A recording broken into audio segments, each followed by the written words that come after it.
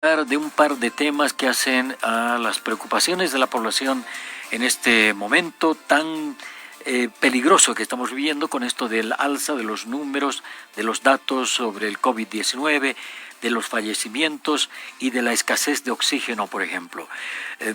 Defensora, ¿cómo está? Buenas tardes. Muchísimas gracias por atender el llamado de Herbol.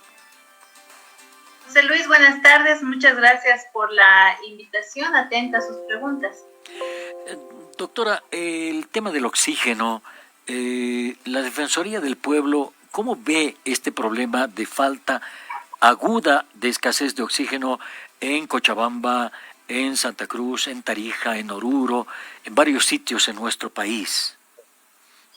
Sí, José Luis, es una preocupación nacional, diría yo, pero como usted bien ha señalado, focalizada en esos departamentos. Ya durante la gestión 2020 iniciaron las primeras alertas sobre la incapacidad que teníamos dentro del Estado para poder proveer oxígeno. Ya se especulaba en ese momento con alza de precios, con el mercado negro, incluso del oxígeno mismo. En ese momento nosotros en los verificativos, y usted recordará también cuando hubo el bloqueo nacional de caminos que impidió en un momento el ingreso de oxígeno a Oruro, La Paz, particularmente y Cochabamba, pudimos evidenciar que el monopolio o la adquisición de ciertas empresas que se encuentran en Santa Cruz generaba realmente muchos problemas al momento de dotación o de generación de oxígeno en La Paz particularmente y en Oruro en ese momento. Este año, en el seguimiento que estamos haciendo con las oficinas regionales que tenemos en el interior, sí nos preocupa bastante la situación de Tarija. Hemos estado haciendo seguimiento día a día y acompañando las gestiones para poder generar el ingreso de oxígeno. Entendemos que las empresas que se encuentran dentro del territorio nacional ya no están generando un abastecimiento, que incluso en el departamento de Tarija hay una suerte de pausa en la empresa que genera oxígeno por falencias o deficiencias en la planta que ellos tienen. Y bueno, en ese caso lo que estamos haciendo es conjuntamente el gobierno nacional, viendo la posibilidad de que el oxígeno que está llegando desde Argentina, desde Brasil, desde Perú, desde Chile, puede ingresar de una forma más expedita. En ese momento es un problema muy fuerte, no hay capacidad estatal, institucional dentro del territorio para poder solucionar este problema y se está teniendo que llegar al pedido de países vecinos, ¿no? Con empresas de países vecinos. Defensor, usted me habla de un monopolio de la producción de oxígeno medicinal acá en nuestro país. El año 2020 nosotros identificamos que particularmente en el departamento de La Paz hay una empresa que es la que provee casi a todo el subsistema público y al de seguridad social inclusive.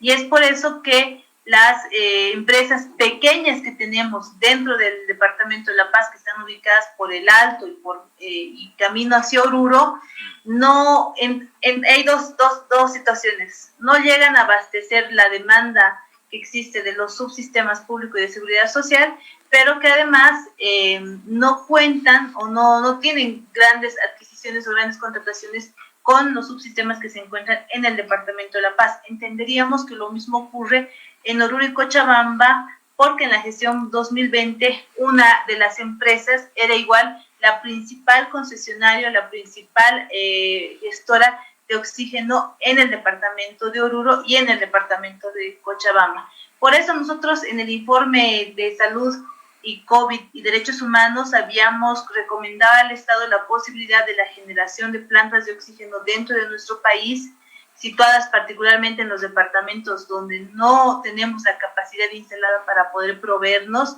pero sí creemos que es necesario que desde los subsistemas de seguridad social, particularmente porque cuentan con recursos económicos de los afiliados, se puedan generar o generadores de oxígeno dentro de los hospitales, por lo menos del tercer nivel.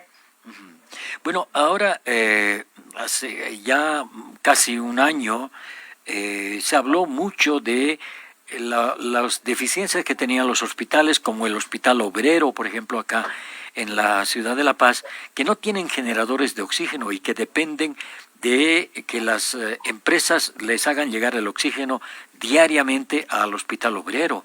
Se habla también de la posibilidad de adquirir generadores de oxígeno hospitalario para que cada hospital tenga el oxígeno, pero eso es todavía a un plazo mayor, 2, 3 meses, de acuerdo a las autoridades del gobierno. ¿Por qué en la Defensoría se han percatado de por qué las autoridades de este gobierno, del anterior gobierno también, no se han preocupado por conseguir estos generadores para terminar con la escasez del oxígeno medicinal, defensora? Claro que sí. En el marco del seguimiento, como usted bien señala, algo que llama mucho la atención, además del subsistema de seguridad, del subsistema de salud pública, es el de seguridad social. Lo que usted dice es correcto. Los hospitales obreros en su mayoría no cuentan con los generadores, incluso en el departamento de La Paz tenemos deficiencia, inclusive en los espacios de lavandería, o sea, que no funcionan hace bastantes años, y en el caso de muchas especialidades que también es de conocimiento público, pero hay una burocracia particular en la Caja Nacional en la adquisición de sus propios servicios y una práctica recurrente de la tercerización o la compra de servicios en instancias privadas. Eso al menos, José Luis, llama la atención.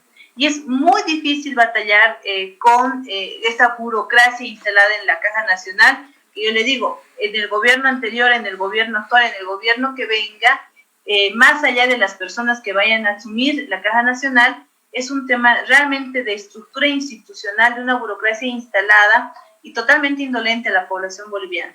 En el caso del subsistema público, es una responsabilidad propia de las entidades territoriales autónomas en el marco de la ley de autonomías y en el marco de las competencias que les asisten.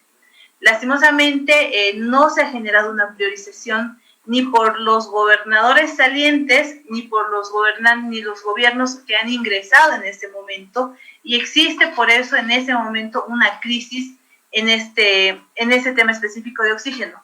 Entendemos que desde el gobierno nacional, por la situación de la pandemia, tiene que haber un apoyo, tiene que haber una suerte no solamente de incidir en la rectoría para que se asuman las competencias, sino también en algunos casos tendrán que asumirlas. Por eso sí hemos estado coordinando, particularmente para el departamento de Cochabamba y para el departamento de Tarija, que en estos dos momentos los hemos identificado como los más críticos, para generar gestiones desde el gobierno nacional, pero ya no solamente con las empresas dentro del territorio, sino también por la situación de emergencia con las empresas que se encuentran fuera del territorio nacional para poder abastecer en ese momento. Fuera de que existe una responsabilidad por parte de las GATS y de las cajas.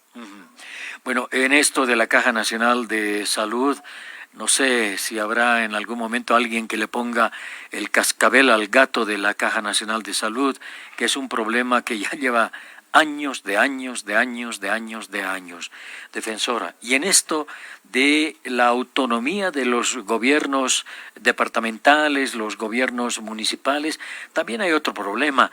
¿No han visto desde la Defensoría que el gobierno nacional ya tiene que intervenir en, por ejemplo, la provisión de generadores? Lo pudo haber hecho hace un tiempo atrás, lo pudo haber hecho el gobierno transitorio el año pasado, pero no se puede optar por la intervención del gobierno en estos casos de emergencia tan críticos como los que estamos viviendo hoy con la falta de oxígeno. José Luis, yo entiendo la preocupación y nosotros la compartimos. En este momento de emergencia sanitaria, más allá del ámbito competencial, está la tarea de salvar vidas humanas, y el oxígeno en Bolivia y en la región ha sido determinante en cuanto a su escasez, la necesidad de que el Estado pueda intervenir. Por ello, reiterar que sí estamos generando en este momento sí acciones de salvataje para que el gobierno nacional pueda intervenir y pueda generar medidas disuasivas en cuanto al impacto que tiene la falta de oxígeno. Fuera de ello, entendemos también que hay una norma que se estaría proyectando para obligar al subsistema de seguridad de salud pública y el de seguridad social para que tengan la obligación de tener generadores de oxígeno. Es un tema que todavía va a demorar y en ese momento sí el gobierno nacional tiene que generar una intervención para poder apoyar y poder generar una suerte de respuesta más allá de la autonomía, más allá del gobierno departamental o municipal que se encuentre al frente de la población que está acudiendo a los centros de salud y que no está pudiendo conseguir una respuesta. Bueno, esperemos que Dios se apiade de nosotros y permita que el oxígeno llegue del Brasil, de Chile, de Argentina, de cualquier parte, pero que llegue pronto y que llegue ya, porque la gente está sufriendo muchísimo en todo el país, sobre todo en los departamentos de Cochabamba, de Santa Cruz, Tarija, Oruro y aquí también en La Paz estamos al límite, Defensora. Hay otro tema, es completamente diferente a esto del oxígeno. El tema del caso Arturo Murillo, ex ministro de Gobierno, que hoy está siendo procesado en Estados Unidos por un delito de soborno y lavado de dinero. Hay otros procesos que se están siguiendo aquí en Bolivia contra este mismo ex ministro Arturo Murillo. ¿Cómo tiene que hacer, cuál es el rol de la Defensoría del Pueblo en estos casos, defensora? Porque se dice que el señor Murillo y parte de los colaboradores que tenía se han llevado plata, nuestra plata, más de $2 millones, pero también se dice que hay otros casos del anterior gobierno que están en cuestión, el caso respiradores que venían de España, respiradores chinos y otras cuestiones. ¿Qué visión tiene de esto la Defensoría del Pueblo? José Luis, en su momento, creo que hay que distinguir el momento en que se conocen estos casos. Es en plena pandemia, una pandemia que no conocíamos de COVID-19 y donde nuestros subsistemas estaban sufriendo el primer embate, el primer golpe ante la falta o ante las carencias que tiene nuestro Sistema Nacional de Salud, que son evidentes en el 2020 y son evidentes en este momento. Y en ese momento, tanto en el ámbito interamericano como en el ámbito universal, comienzan a salir algunas directrices específicas sobre el impacto de los hechos de corrupción en el ejercicio de derechos económicos sociales, como estaría el derecho a la salud. Tanto el caso de gases lacrimógenos, el caso de los respiradores, entre otros que se conocieron en plena pandemia, generaron una indignación nacional y sí generaron pronunciamientos y solicitudes desde la Defensoría del Pueblo para que el Ministerio Público y la Contraloría General del Estado puedan activar en el marco de lo que ellos tienen, competencia para investigar ese tipo de hechos que afectan a la población a fin de generar procesos no solamente de justicia, sino de reparación en los daños que se estaba generando en la población boliviana. En ese momento salieron las autoridades a señalar que se iban a iniciar los procesos y realmente, José Luis, es competencia de estas instancias ese proceso investigativo. Ahí la Defensoría del Pueblo, además de generar incidencia o generar actos como los requerimientos oficiales que nosotros enviamos para que se tomen medidas, no podemos ser parte procesal, no podemos nosotros entrar a juzgar el hecho de corrupción como tal, porque las capacidades técnicas están instaladas en otras instituciones, y lo que nos quedó es esperar un poco cómo iba a ir el curso de esta investigación. Particularmente, tanto en el caso respiradores como en el caso gases lacrimógenos, son casos que sí se conocían, eran de conocimiento público y de un interés genérico para la Defensoría del Pueblo, pero sí vemos con mucha preocupación que estos no han tenido ningún tipo de avance, al igual que otros casos que han generado o han debatido la violación de derechos humanos de población civil. Entonces, aquí, en este momento, lo que estamos viendo es iniciar, o sea, al hacer las solicitudes para que igual otra instancia que sea competente, como la Asamblea Legislativa Plurinacional, pueda iniciar procesos de fiscalización sobre las autoridades que en su momento, teniendo competencia, que todavía teniendo competencia, no han generado un proceso de justicia rápida, un proceso de justicia oportuna a la población civil. Y no me refiero al hecho simplemente de que se castigue a los culpables, que se identifiquen los responsables, sino que el esclarecimiento de los hechos, la recuperación de los recursos económicos tendría que haber sido oportuna. Más aún ahora cuando se dice que no tenemos recursos económicos en el Estado y en la región. ¿Y quiénes habrán sido esas autoridades que no cumplieron sus tareas, doctora?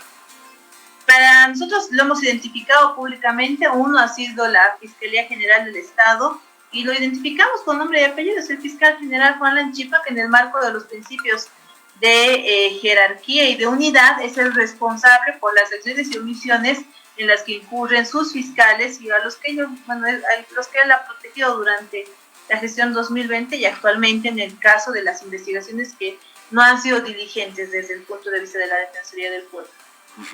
¿Otras autoridades?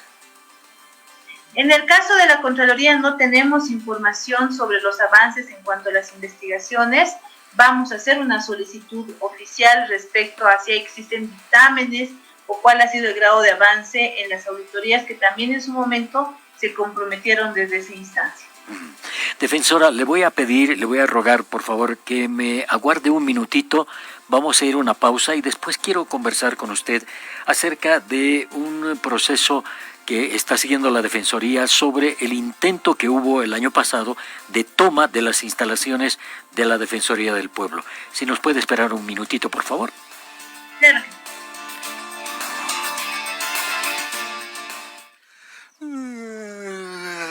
Ay, qué frío que sentí anoche. Ay, no dormí bien. Mejor me levanto y voy a comprar una frazada para calentarme en las noches. A ver, pero ¿qué frazada compro? Hola, Juan. ¿Qué pasó? ¿Por qué tan preocupado? Hola, Elena. Estoy buscando una frazada, pues, para dormir bien calientito. Sí, está haciendo mucho frío. Te recomiendo las frazadas de la alpaquita, que son calientitas, lavables, no pierden el color y lo mejor es que están hechas con fibra que no te hacen transpirar. Desde que tengo yo mi alpaquita duermo bien calientita y ahora ya cuentan con servicio de delivery. Gracias, Elena. Entonces me compraré una frazada de la alpaquita. Encuéntranos en nuestras sucursales. En La Paz, calle Illampu número 826, entre Zagárnaga y Santa Cruz. Y en El Alto, avenida 6 de marzo número 88, frente a la aduana, a pocos pasos del teleférico morado. O en los mejores puestos de venta de frazadas de la Eloy Salmón y la Plaza Max Paredes. Para consultas y pedidos, comunícate a los números 282-4040 o al 787-77635. También contamos con servicio delivery. Frazadas La Alpaquita, hecha con manos bolivianas y material de primera calidad.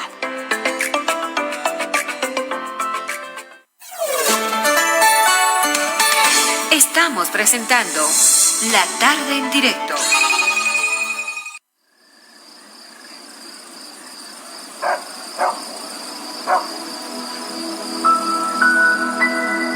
El mejor regalo para mamá es que siga soñando. Y un colchón Pullman tiene ese poder. Aprovecha este mes uno de los 8 combos para ti, mamá, que vienen con colchón, somier y almohadas, con precios formidables para una mamá insuperable. Combos desde 1.249 bolivianos, o solo colchones desde 899 bolivianos.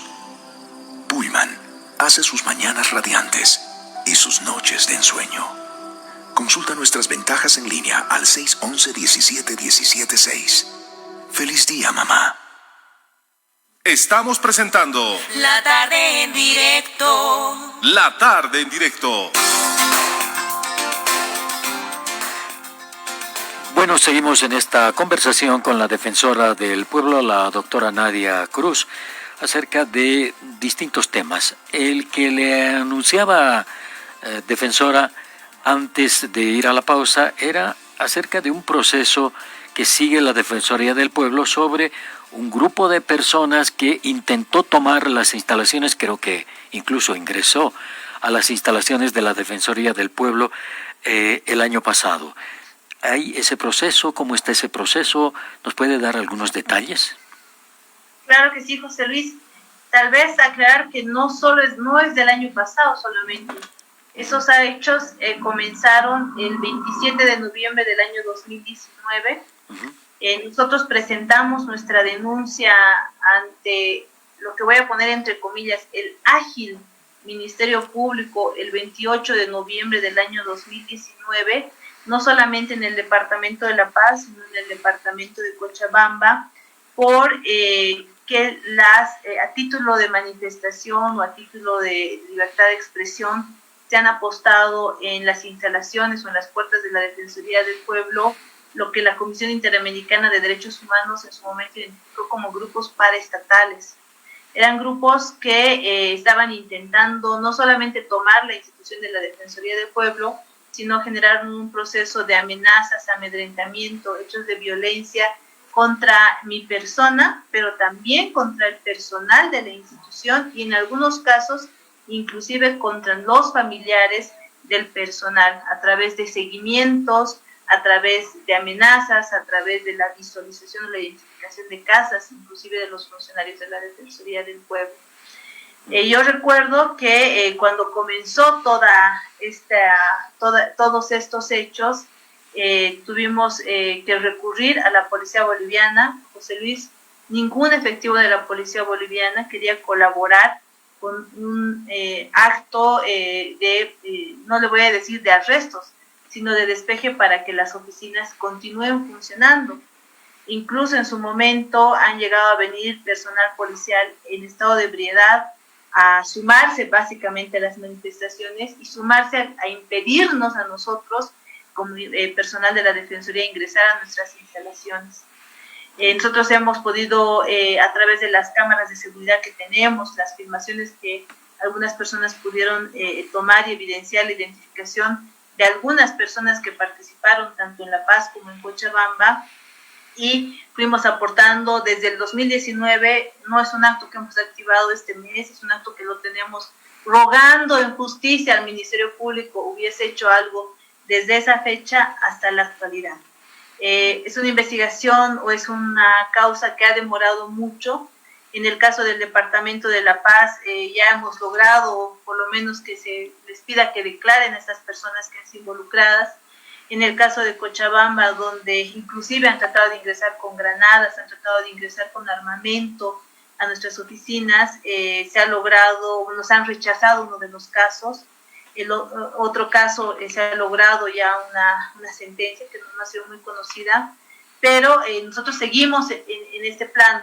También quiero puntualizar aquí, José Luis, que cuando la Comisión Interamericana de Derechos Humanos llegó a nuestro país y en la visita que se hizo en Cochabamba, estos grupos que nosotros identificamos como paraestatales también generaron una suerte de acecho, incluso contra la comisión, bajo una mirada muy complaciente de la policía y una ausencia total. En ese momento yo no sé dónde estaba el fiscal general, dónde estaban los fiscales, nadie prestaba colaboración, nadie quería asumir su rol y su competencia estatal, más allá de lo que estaba pasando en nuestro país. ¿Qué grupos serían estos? ¿Qué grupos y quiénes organizaban estos grupos, defensora? En el caso del Departamento de La Paz, nosotros pudimos identificar a esta señora Melissa Ibarra, que además existen videos donde ella está pagando, está dando recursos económicos a la gente para que se mantenga en la movilización y además nos agreda a nosotros, nos genera una suerte de amedrentamiento. Entiendo que de acuerdo a los testimonios y a las cámaras de seguridad, se hubiese identificado a una señora Paola Barriga y a la señora Guadalupe Cárdenas, así también al señor Mauricio Neftali. Estas personas son las que, de acuerdo a los videos, a las cámaras de seguridad y a los testimonios de las personas que pudo de alguna forma aportar a la Defensoría del Pueblo, hubiesen sido identificados. En el caso del Departamento de La Paz. ¿En Cochabamba? En Cochabamba, en uno de los casos que le dije que ya tienen sentencia por el uso de armas, por el portar uso de armas de forma ilegal, no recuerdo el nombre en ese momento, pero sí hay una sentencia muy baja para el peligro en el que nos han expuesto a nosotros como Defensoría del Pueblo, pero sí existe una sentencia contra una persona que era parte de ese grupo denominado los motoqueros, que se atribuían una suerte de competencia estatal en tareas de seguridad, pero que al final eran de amedrentamiento o eran para hechos delictivos. En la otra causa que nosotros hemos identificado igual, estaba la señora Victoria Beramendi y la señora Elía Cárdenas. Y bueno, evidentemente Jaime Molina, el Jazz Molina, entiendo que era del grupo de la Resistencia Cochala, que eran los grupos que estaban apostados igual en las afueras. En el caso de Cochabamba incluso llegamos a sufrir casi un secuestro, José Luis, porque cuando nosotros o el parte del personal logra ingresar a las oficinas de Cochabamba después de que fueron tomadas, sin ayuda de la policía, casi en contra de las órdenes que tenía en ese momento la policía, no nos permitían salir. Y cuando nos lograban nuestro personal salir, estos personajes se dedicaban a seguirlos a nuestros funcionarios hasta sus casas, a generar una suerte, le decía, casi de marcados personales. En algún caso iban a generar procesos de protesta a las 2 de la mañana a los edificios, a las casas donde vivía en ese momento uno de nuestros delegados. Entonces, todo lo que le estoy contando hasta ahora es parte de lo que nosotros hemos denunciado en noviembre del 2019. Ahora, en el caso de La Paz, se sigue actualmente un proceso contra estas personas que ha citado usted, ¿no? Sí, este caso, reitero, se lo he iniciado el 28 de noviembre del año 2019 de forma oficial. Reitero, nosotros en por lo menos 2019-2020 hemos tenido cero apoyo, y no le voy a decir un apoyo de amigos, le voy a decir un apoyo institucional en el marco de sus competencias de la policía y del Ministerio Público para que nuestras causas avancen. Nosotros nunca hemos abandonado la causa por un tema de responsabilidad funcionaria también. Lastimosamente, en su momento, yo recuerdo en el caso de la policía, el comandante general, entre que no contestaba el teléfono y cuando contestaba el teléfono prometía una colaboración en el marco de sus competencias que demoraba entre 1 hora, 2 horas, 3 horas cuando ya habíamos sufrido el amedrentamiento. En el caso del señor Murillo, recibíamos burlas respecto a nuestros reclamos y además una suerte de amenazas de que lo que estábamos sufriendo en ese momento podía además ser mucho más agravado con medidas de hecho que se iban a decidir desde el Ejecutivo en ese momento, porque la gente que estaba acá tenía protección en ese momento del gobierno transitorio. En el caso de la Fiscalía, yo recuerdo las pocas veces que el fiscal llegó a contestar el teléfono, igual una suerte de burla y decirnos que era una pena que pasemos esto, pero que debíamos aguantar a ver cómo sobrepasaba o cómo iba a pasar esta situación en la que nosotros nos encontrábamos. Conversaron varias veces con el exministro Arturo Murillo en ocasión, por ejemplo, del intento de toma de la Defensoría aquí en la ciudad de La Paz. Con él, tanto por la toma de La Paz y la toma de Cochabamba, porque la policía en su momento no contestaba, no querían hacer ningún tipo de intervención, y cuando lo hacían de mala manera y en contra de los mismos funcionarios de la Defensoría del Pueblo. En el caso específico de La Paz, sí hemos conversado con el señor Murillo para exigirle que ordene a la policía que estaba bajo su mando, a través de las unidades de la PECC o alguna de intervención ciudadana, de una EPI, para que hagan una intervención ante todo lo que estábamos sufriendo en ese momento. Yo reiterarle, las respuestas eran de burla, las respuestas eran de decirnos que era algo que nosotros nos merecíamos en ese momento y que, bueno, qué pena que debíamos aguantar, así como ellos habían aguantado, nosotros teníamos que aguantar toda esta situación y bueno, y en su momento además con una suerte de exigencias para que nosotros colaboremos con ese gobierno bajo amenaza de muerte, que es particularmente lo que sucedió en mi caso. En el caso de Cochabamba también teníamos que hablar con él para rogarle y pedirle que por favor la policía intervenga, por lo menos, o sea, más allá de lo que pasaba en nuestra oficina, por lo menos intervenga en los acechos que teníamos en los domicilios. O sea, acechos, yo le digo, José Luis, a la 1, 2 de la mañana, que acababan 3 de la mañana, con amenazas de muerte en los cánticos que lanzaban, era algo realmente de preocupación para nosotros como institución. Bien, ahora está avanzando el proceso instaurado contra las personas que intentaron la toma de la Defensoría en La Paz.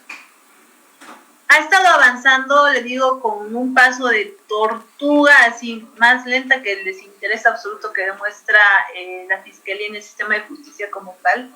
Ha ido avanzando poco a poco, acto a acto, con avances, retrocesos y avances, desde noviembre del año 2019 hasta la fecha. Sí, recientemente hemos tenido la posibilidad de que se hagan las notificaciones para las declaraciones informativas en el caso de La Paz.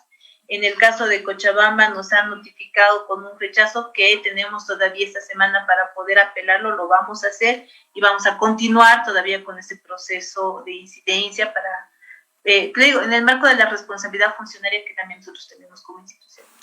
Muy bien, defensora, le agradezco muchísimo por estos minutos con la red Herbol y espero seguir conversando con usted más adelante acerca de otros temas importantes para la ciudadanía. Muchas gracias, José Luis, un abrazo fraternal. La conversación con la defensora del pueblo, la doctora Nadia Cruz.